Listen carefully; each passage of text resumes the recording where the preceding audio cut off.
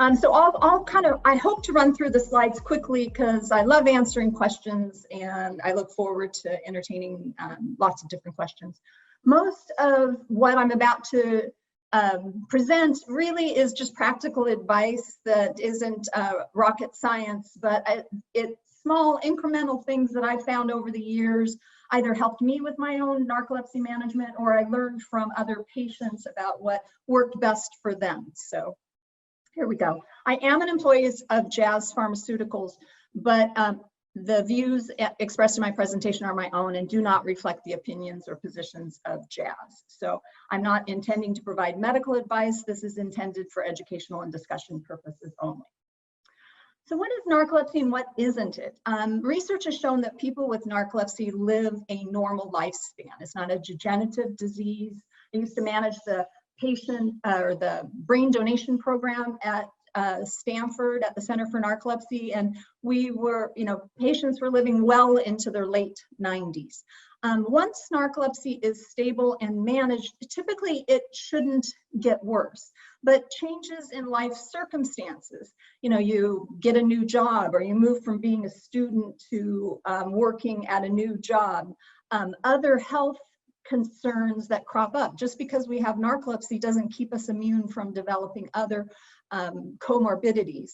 And then other demands, these other demands or changes in our life circumstances, we go from living alone to living with a roommate, it may affect our symptom management and how we're doing, and it might require reworking the appropriate treatment in that case.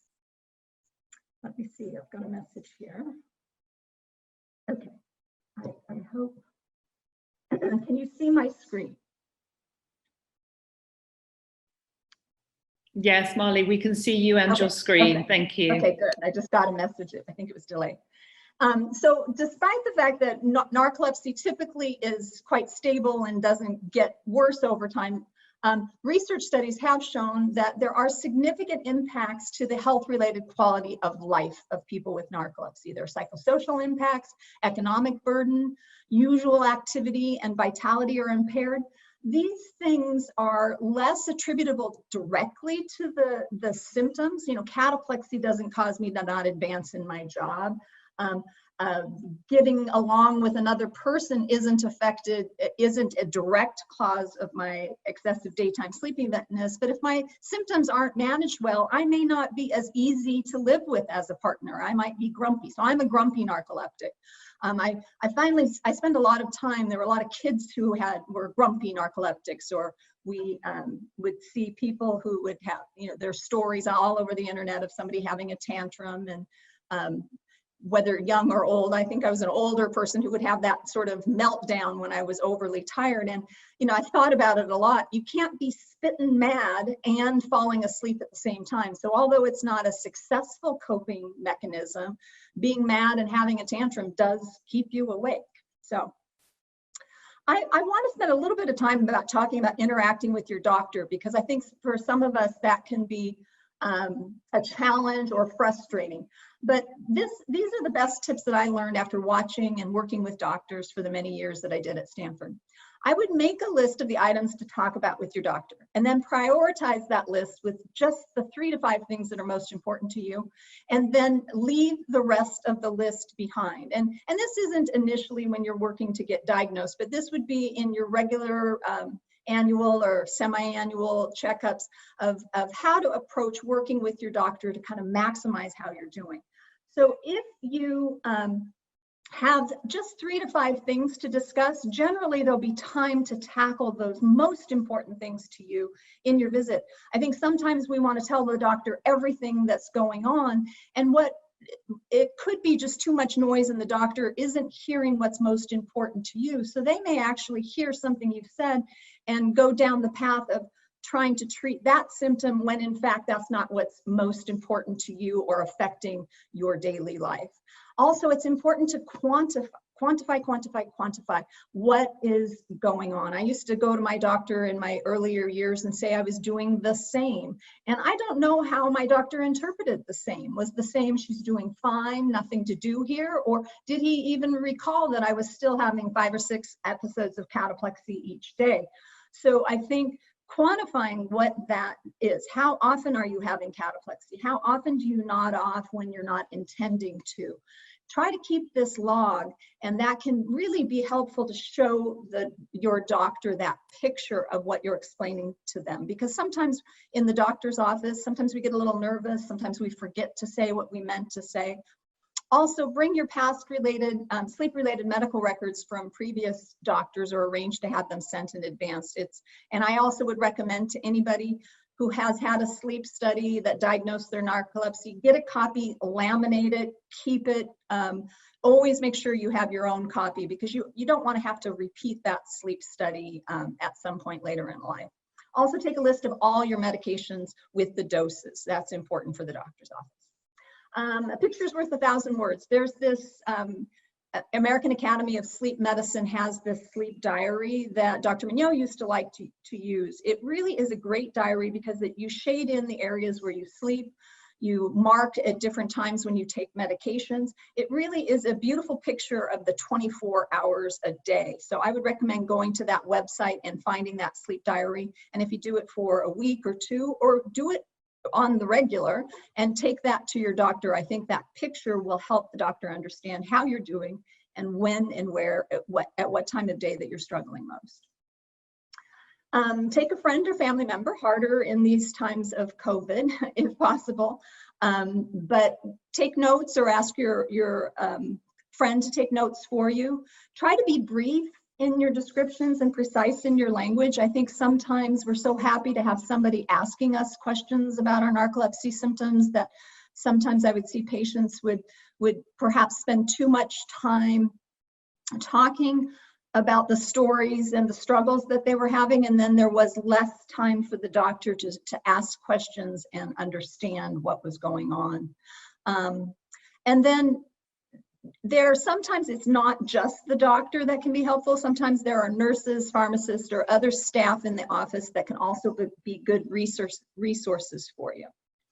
After the visit, be open to trusting your doctor has heard you and follow up on their recommendations. Some changes take time. Don't give up too soon. Dr. Mignot had sort of a 10-day rule. You need to try a new treatment or a new medication or a new dose. Give it some time before giving up on whether that dose is working or not. It takes a while for our bodies to adjust. Follow up at the interval with the doctor, and don't make changes to what the doctor has prescribed without informing them first. I think it's important that the doctors be aware of what's not worked in a more timely manner, so that you're not having that conversation 6 months later when you visit the doctor again. Okay, healthy habits, sleep hygiene. We've all probably familiar with sleep hygiene. That's the variety of practice that help have normal quality nighttime sleep and full daytime alertness. Some of the best practices for people with narcolepsy, and I think sometimes this is why managing narcolepsy gets easier as we get older. I'm 59 now, and it's ridiculously easy for me to be very routined. But I think when you're 17, 27, 15, I think it's just much harder to be as routine. But if you're able to go to bed at the same time each night, wake up at the same time each morning, our bodies perform better, and they prefer that. Exposure to bright light in the morning. Some people may need a light box. I remember Dr. Mignot had recommended to this young woman, a patient, that she have her breakfast out on the deck in the morning to get some sunlight. And she happened to be from Ohio, and she sent us a picture in the winter with the snow behind her, and she had this parka and hood and fur, and it was clearly dark. It wasn't going to work. So depending on where you are in the country, you may not be able to have your breakfast out on the deck in the morning to get that bright light, and a light box can work. Avoid stimulants, caffeine, exercise too much. Avoid the TV, phones, computers. These are things we all know. Regular daily exercise does help. That's one of the best practices that I've kind of fallen off the wagon about. But I do know when I was exercising regularly that I did feel better, and I felt like I, did better in general. The most important good habit of a person with narcolepsy, and this is not true for necessarily for the general population, is to take planned, regular, scheduled naps. Some people need 1 nap, some people need 2. And my mantra of take the nap before the nap takes you. I know when I used to fight taking a nap when I should, then I invariably would be nodding off when I didn't intend to, and that's embarrassing. And I think we all carry around a bit of shame around our sleepiness, so we don't want to be caught falling asleep. And short naps are better. If you take too long of a nap, you cross over into something called sleep inertia, and you actually may wake up and feel a bit more groggy, and it may take a while for you to come around to feeling better. Some people with idiopathic hypersomnia don't find naps are refreshing. So they're not for everyone, but in the case of narcolepsy, narcolepsy with cataplexy, narcolepsy without cataplexy, naps generally are a good habit.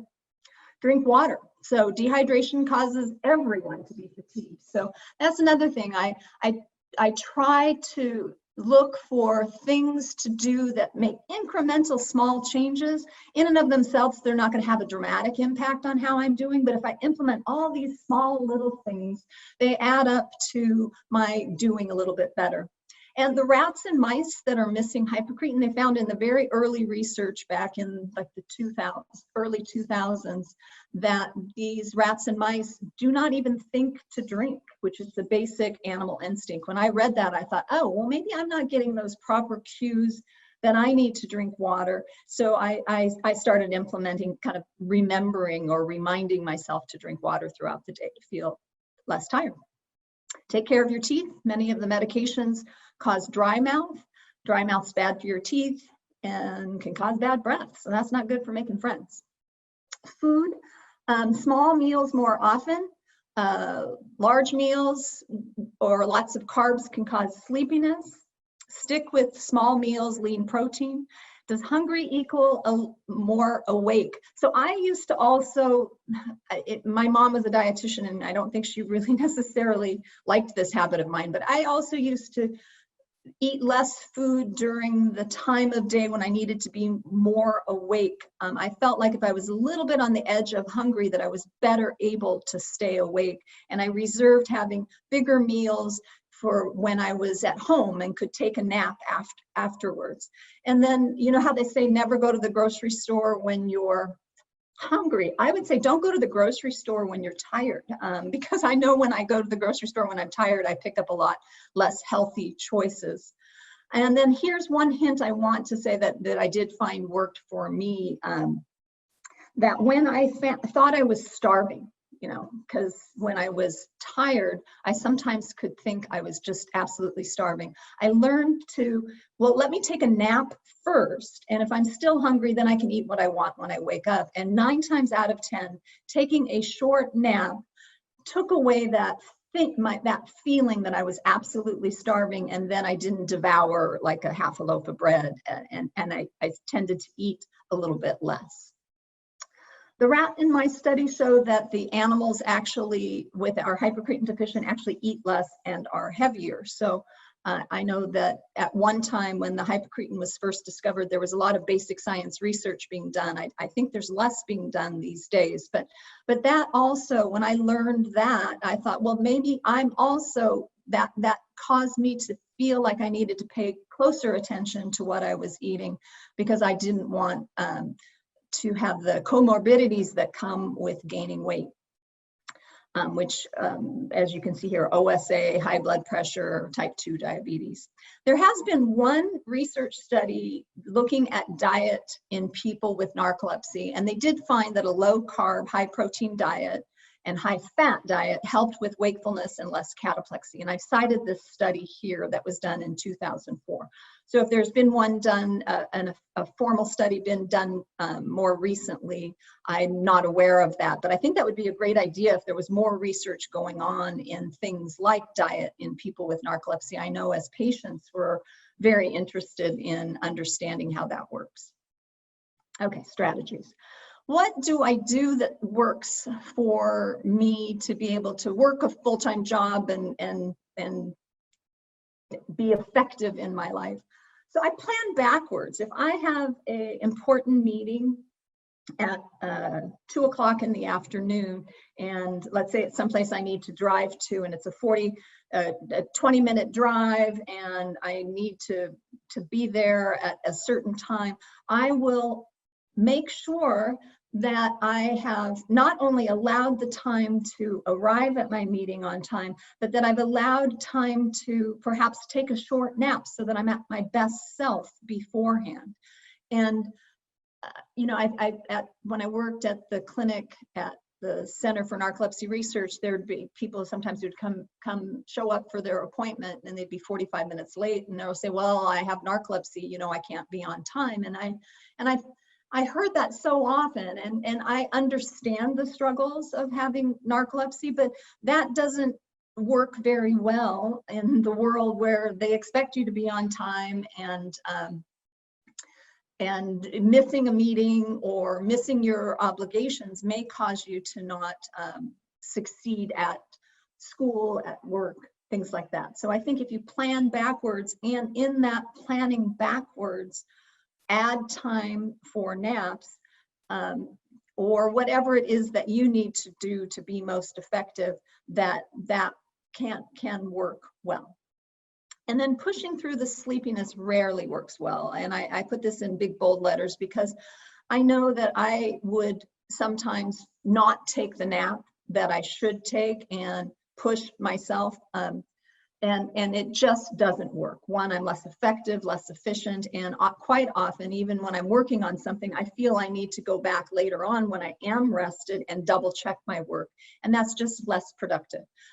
Stopping, taking a nap, learning to take a 10-minute nap can be highly effective. People who without narcolepsy waste more than 10 minutes just going to the ladies' room, talking to their girlfriend. It can be really efficient to take that nap, and hardly anyone will notice that you're gone if you can kind of master the short naps. And then be a good student of yourself. You can't expect something to change or improve if you don't do something different. So if whatever it is that you're doing isn't working for you, change something. Change how you're doing something, so that to give yourself a chance to succeed. Routine, routine, routine. The more routine my schedule, sleep and wake, what and when I eat, exercising, my performance improves and symptoms are more easily managed. I think that this is important to note.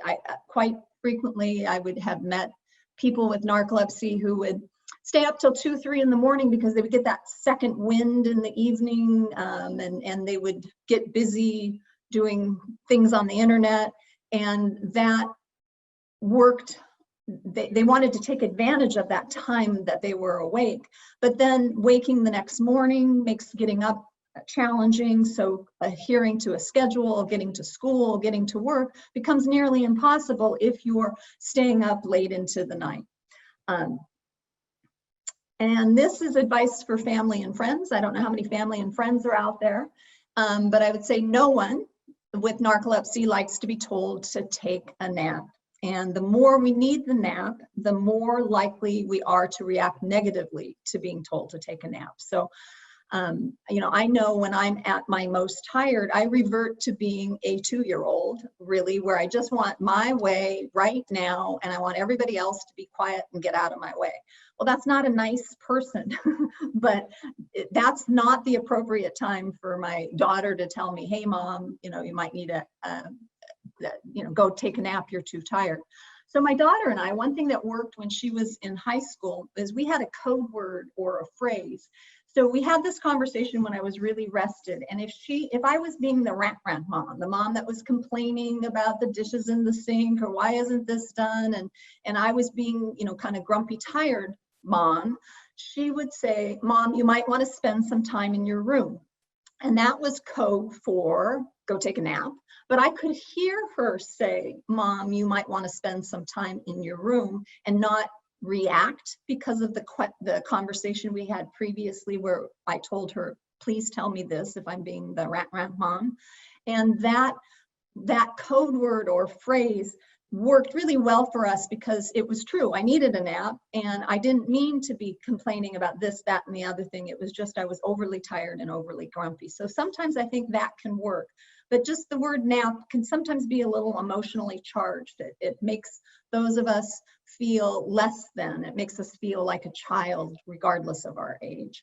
And then I think if we can learn to preemptively nap before we become so grumpy that we don't like who we're being, that's really important. So if every day at 3 o'clock you hit the wall and are grumpy, tired, nodding off inappropriately, whatever your version of way too tired is, then take a nap at 2 or at 1. And we know from the MSLT that a person with narcolepsy shouldn't have a problem falling asleep. So if you've hit the wall at 3 o'clock, I bet you can take a nap at 2. You may even be able to take a nap at 1 o'clock. And if you can preemptively take a short nap, relieve that sleepiness, you might be able to avoid hitting that wall and being that grumpy person. Or even if you're not a grumpy narcoleptic like I am, you might not find yourself nodding off or being the subject of ridicule because people see you sleeping when you should be awake. And then I do believe that loved ones really want to help us, but we have to have that conversation when we're rested and at our best. And I think as people with narcolepsy, we need to be thoughtful. How can my loved one help me that doesn't make me feel less than, doesn't make me feel babied if they're helping me? And I do think there are strategies that if we can sit down and write things that maybe somebody could do for us when we're overly tired, or at any point in time in our life that would be helpful to us in managing our narcolepsy, that they would appreciate that list. And I think our loved ones really do want to help us. No need to explain. Let me explain what I need. So at one point, after I had been at Stanford and I was a guinea pig in those clinical trials, and it was time for me to go back to work, I was seeing a therapist, and I was concerned about going back to work and what would that mean, and do I explain to an employer that I have narcolepsy? You know, the same questions that we all have of, should I tell my employer I have narcolepsy? Should I not? Should I tell my teachers that I have narcolepsy and I may need these accommodations? And the therapist said to me, she said, you know what, just if you need a longer lunch break, if you need to take your lunch break and divide it into 2 breaks, just ask for that. And the employer doesn't need to know the why. I think sometimes we always feel like we need to explain ourselves. And her comment to me was, well, that additional time at lunch or dividing your lunch break into 2 breaks, it could be that you're taking care of an aging parent. It could be that you're dropping a child off at daycare. And it can be because you're taking a nap, but the employer doesn't need to know the reason why, but it's okay to ask for those accommodations. And rarely, you know, especially if you can continue to meet the requirements of the jobs. And then I do think making changes, making small changes, taking baby steps can lead to making big changes over time. It's okay to ask for help from others. And then I fail every single day at doing what I set out to do each morning. But that's probably true a little bit for everybody. You know, we all have a goal of what we'd like to get done. But if I let that get in the way of my waking up the next day with a list of things I wanted to do and take care of, then I could really kind of get into a downward spiral. So I think we have to applaud ourselves for the things that we do get done. I do find making a list of what I want to get done kind of helps focus me, and so I don't get off track. But I will say every single day I fail at something. That's probably even true for the people listening to this who don't have narcolepsy. But don't let that get in the way of still continuing to have goals and ambitions and lists of things that you want to do to help live life. And then I'm going to stop there if there are questions. I don't know, Claire, if there's questions or. Yes, Marley, thank you. There's lots of questions. Okay. I'm not surprised about that at all. So let's just jump straight in. Quite a lot around nap scheduling, duration of sleeps. And so what length of nap and how many seem to be most optimal? Well, I think everybody's different. So people need to find what works for them. But generally the rule of thumb is a nap should be no longer than like 30 minutes in length. And 20 to 30 minutes. I did get awfully good at being able to take even a 10-minute nap, and I feel like $1,000,000 after I take a nap. So that took some practice. I know that you know, when we fall asleep or take a nap, that if you have if you wake from that, at that point when you kind of wake just a little bit, you have that decision: do I get up or do I roll over and go for round 2 of that nap? And I just learned that if I had that little mini arousal where you're readjusting yourself, that I just made myself get up. And the more I did that, the more successful I was at rousing, waking, and just getting up, because it's that rolling back over and taking the nap that caused the nap to be too long. And then some people set an alarm.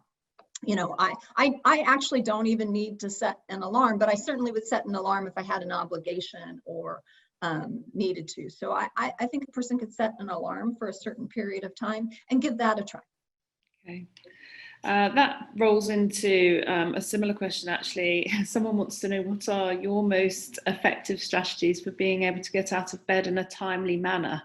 You might have answered that to some extent, but it's interesting. A lot of these questions are really sort of saying, how does Marley do it? So anything that you can share from your personal experience as well would be awesome. Well, routine.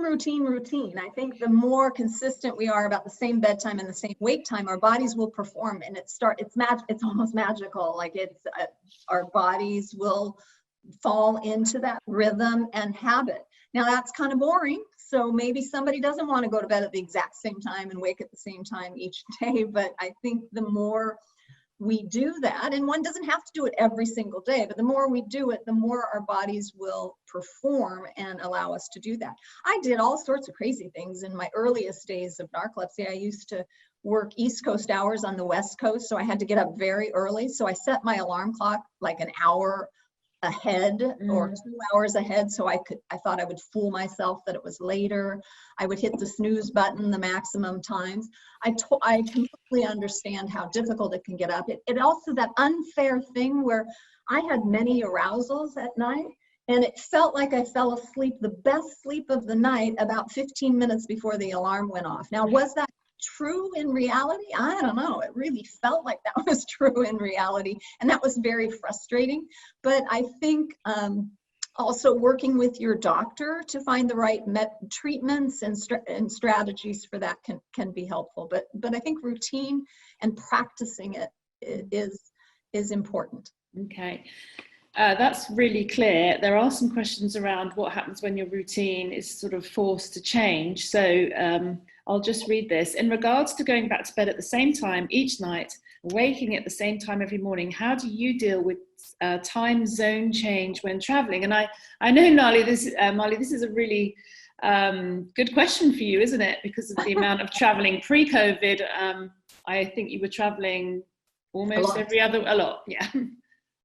Yeah, well, I would just try to, I would do a number of things, but I would try to move my schedule accordingly to adjust to the new time zone. And, you know, I think,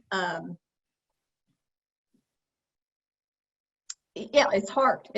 And it's hard for even the people who don't have narcolepsy when they're traveling to make those switches. So it's not ideal. I think some people do try to adhere to the same time zone that they live in, but if you've traveled from west to east and have an 8 o'clock meeting, that's not going to work very well if you don't show up until noon. So it is challenging. Mm-hmm. Sorry, I don't have a better. No, I know it is hard. It is really hard. Yeah. I think the only thing I would add to that, we try and manipulate Matilda's medication, kind of anticipating where she's going to end up in 8 hours, and it doesn't make traveling through airports very easy, but I guess none of us are doing that very much at the moment anyway. Someone wanted us just to repeat the website for the journaling, the sleep. I think you said it was the AASM, is that correct? Okay, so that would be aasm.com. .org. Okay. So yeah, there's a lot of information and content on there that is a great resource for people with narcolepsy. But that diary is really the best diary for people with narcolepsy, Okay. because it covers that 24 hours and doesn't presume you're going to bed and waking. Right. And you suggested that people take that, fill it in, take it to the doctor's office just to get a head start on the appointment. That's great. So a few questions about your daily schedule, a day in the life of Marley Einen, I think, really. I mean, life has changed pretty dramatically with COVID. So I would say I am now just as routine, but I no longer have that getting ready and getting to work part. So that allowed me to sleep in a little longer every day, to be honest. But I pretty much go to bed and wake at the same time each day. Ideally, and this is something that I even though my slides are just simple, practical habits, I need to read them myself to remind myself to implement the good habits. So I just recently moved. I'm in a new city. I have a new job, and then also with COVID, I've been sheltering in. So it's some of the habits that I haven't been doing as consistently as exercising. I found that when I exercised, I would get up in the morning and I would treat exercising like an appointment. And for me, I'm not good at public exercising. I don't really necessarily want to go to a gym or a class. I mean, I kind of grew up in the 80s when people were wearing, you know, leotards and things like that, and people used to get all dressed up to go to the gym, and it always felt so ridiculous to me. So for me, when I'm at my best, I get up and then I go and put in a DVD or something streaming and exercise. And I would have some days where I would feel better and maybe I would do a more challenging exercise. Other days I would do a more, you know, maybe it was yoga or stretching, but I just adhered to sticking to that exercising 5 days a week. I gave myself a break on the weekend, and on the weekends I would do things like take a hike or garden or things that I enjoyed doing. But on a Monday through Friday basis, I would get up and I would do some exercise, and then hop in the shower, get ready for work, go to work. And that exercising did seem to help overall with my feeling less lethargic and sleepy in a 24 in my daily life.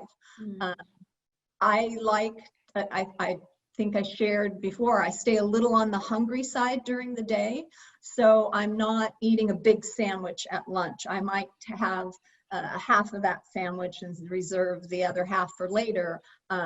I'm also pushing lunch out. Instead of eating at noon, I want to eat at 1, 2, or 3 my lunch, because then for me, food tends to almost always translate into my needing a nap or feeling more sleepy. So I would probably change the times of day to pushing things later.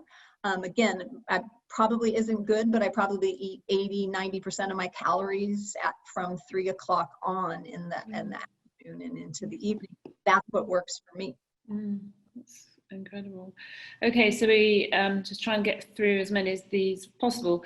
I have a mid-20-year-old with type 1 narcolepsy who's looking for a professional job. On the application, employers ask about disabilities and want to make sure they hire people with disabilities to fill their quota. Do you recommend that my son indicate narcolepsy on the job application? Would this help or hurt his chances?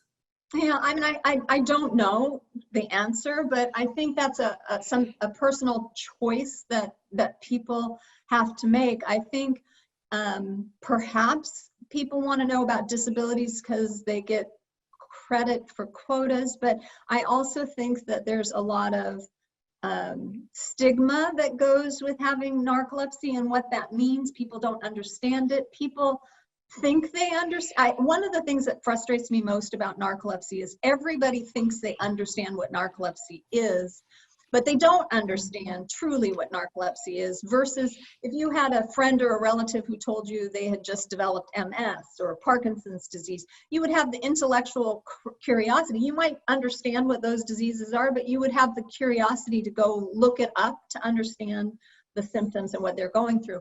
I think people don't have that. I think people think they know what narcolepsy is, so they don't go look up and try to understand the nuances of it.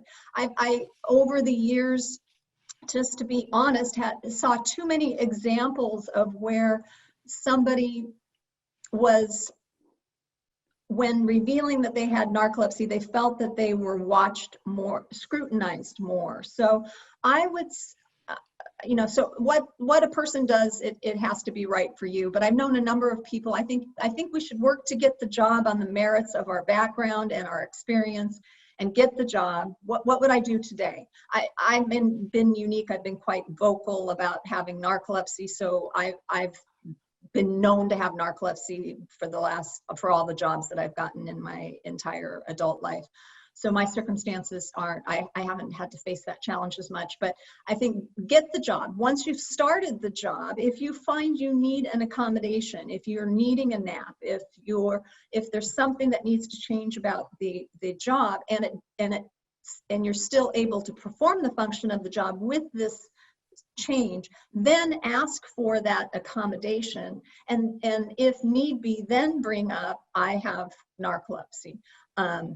But again, that's a personal choice, and I think the answer and the circumstances could be different for each case. So staying on that topic about work, do you have any tips on how to stay productive when forced to work at home? Great question, isn't it?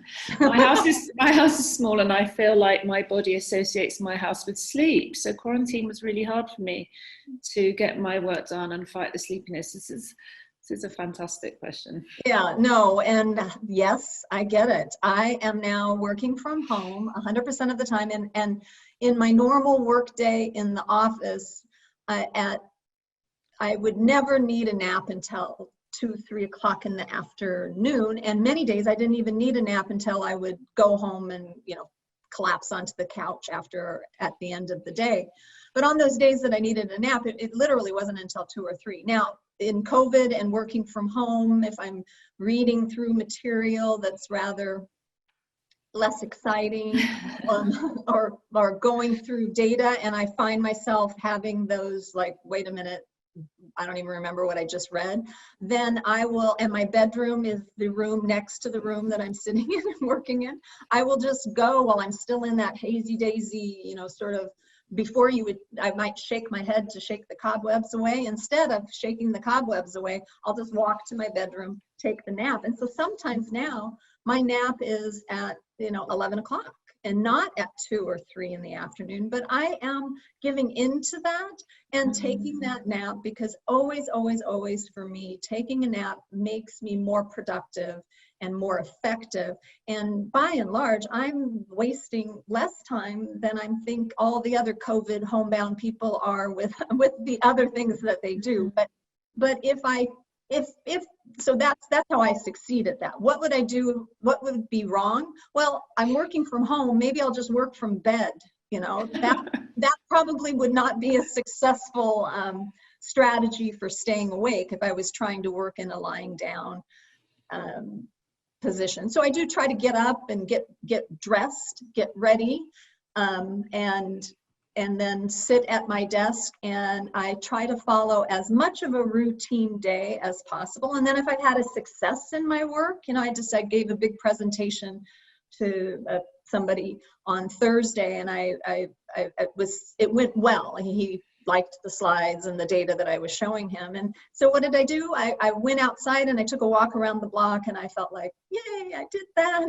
And that was energizing too. So I have found I'm enjoying working from home, but I do miss that social interaction, which sometimes was quite energizing and would help me feel more awake. Me, myself, and I all the time is pretty sleepy, right? So. Thank you. Okay, can you touch on your personal experience of what it was like when you first became a mother? How did you manage when you had an infant child who needed you to get up in the middle of the night? How did you manage to get naps in when you had to care for a young daughter?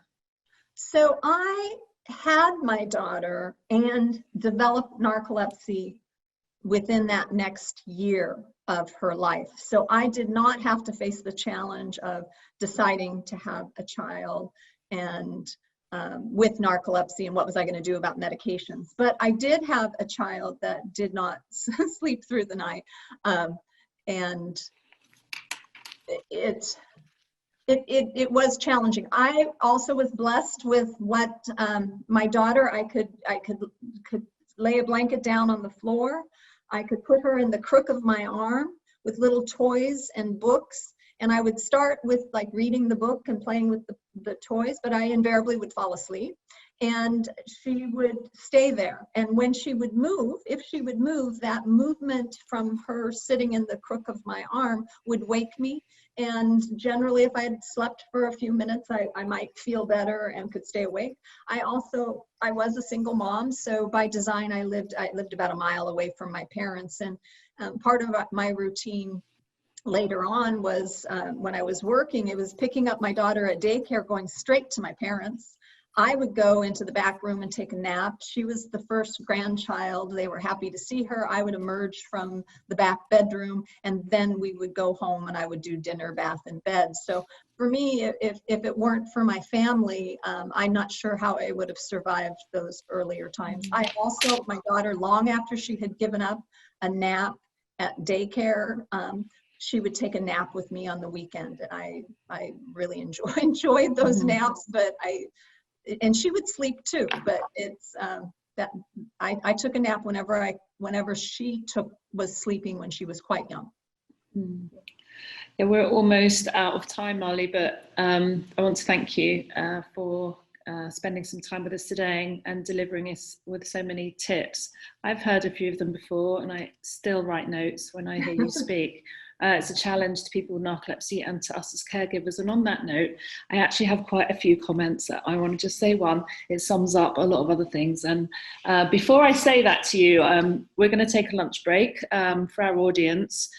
And we're going to come back at 1:30, which is Central Time. Is it? Pardon? Eastern. I knew that, definitely. We're actually on 3 time zones pulling off this meeting, and we've got 5 devices and they're all saying something different, so forgive me. We'll be back when I said I'll definitely be here. So we've got a great afternoon. This afternoon we're going to hear from Dave Ingram, the chap you met at the beginning of the morning, and we're also going to hear from Kevin Smith, and then we're going to hear from 4 pharmaceutical companies on clinical developments and advancements in therapeutics. I'm excited. Yes, we're really excited. Unfortunately, we can't take questions for the pharma segment, but we definitely can for the 2 straight after lunch. That's Dr. Kevin Smith and Dr. Dave Ingram. So thank you, Marley. I'm going to leave you with this one comment. Marley, thank you for all you've done for people with narcolepsy, and for those that love them. You have been life-changing for us. Oh, you make me cry. That's a comment that's been in the thread, and I'm like, well, that's not one I can answer right now, but I thought I'd leave that with you, you know, as a sort of sentiment from the community for all that you've done for people. Well, and I was so blessed to be able to work with so many people and families, and they really became my extended family, and it's just been, I feel like the luckiest girl, so thank you. Well, there's a lot of kids out there who've got the best aunt, so thank you again on a personal and a professional note, and I'll speak to you soon. Thank you.